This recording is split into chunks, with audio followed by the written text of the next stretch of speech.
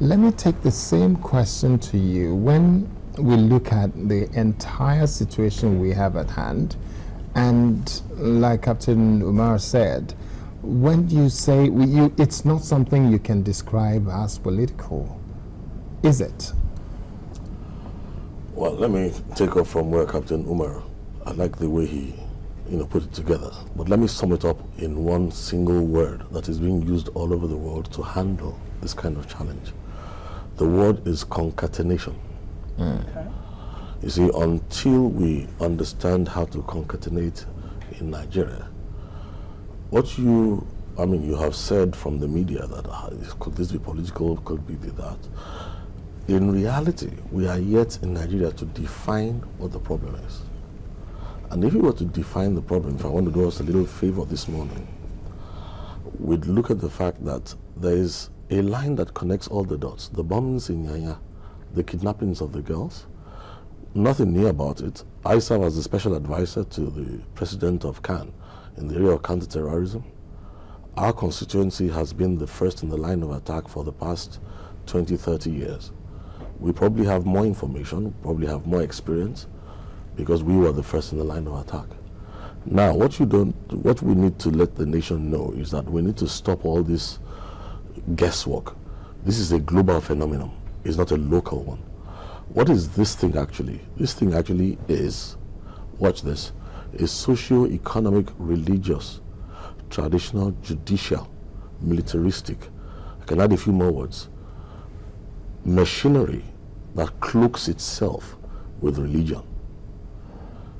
And the truth about this is that the only peculiarity about the Nigerian situation, what you're watching, what is playing out in Nigeria has played out in many nations before us.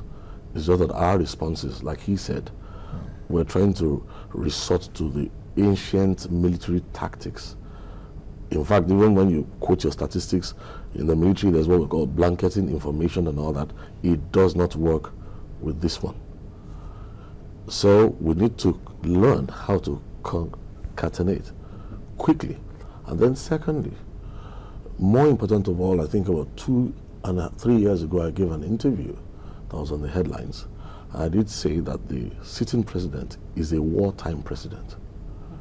It has just taken Nigeria a long time to come to terms with the fact that we are at war. And the truth is, if I've been on TV stations in the past 10, 12 years saying this same thing year after year. And the point really is, if we don't get serious about this again, we'll be here again for a few more months, a few more years until it hits these areas. And then people will try to get serious too late. So we must admit that Nigeria is at war. It's a different type of war. It's a new type of war. The people involved in this warfare don't wear uniforms. It's a mixture of guerrilla tactics, and the major instrument is the use of fear. You see, the holding of those girls, what you don't know is that it's based on a model. It's predictable, it can be tracked, we have been tracking it. We don't see any reason why the nation will not stand up and understand that the first thing the president of this nation needs to do is to put together a machinery that stamps out fear. Because the major... What kind of machinery? Exactly. What kind of machinery, and then how do you stamp out the fear? Well, quickly, I would say that we can only do a few things on this program as we share and just touch on one or two Maybe things. just summaries of Yes. it. We're dealing with a very, very serious issue. First of all, the Nigerian peculiarity is that we have a mixture of two things. A global resurgence that had been documented from the 1977 upwards. It has mixed itself with an ancient strain that has been with us for about 200 years. It has always been there, it never went away, but it was minimal.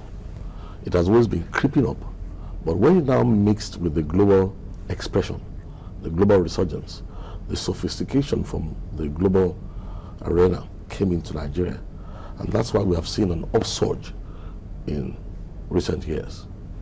So in order to handle this, first of all, there are certain actions, there's a certain approach that the nation has to adopt. I call it direct intervention.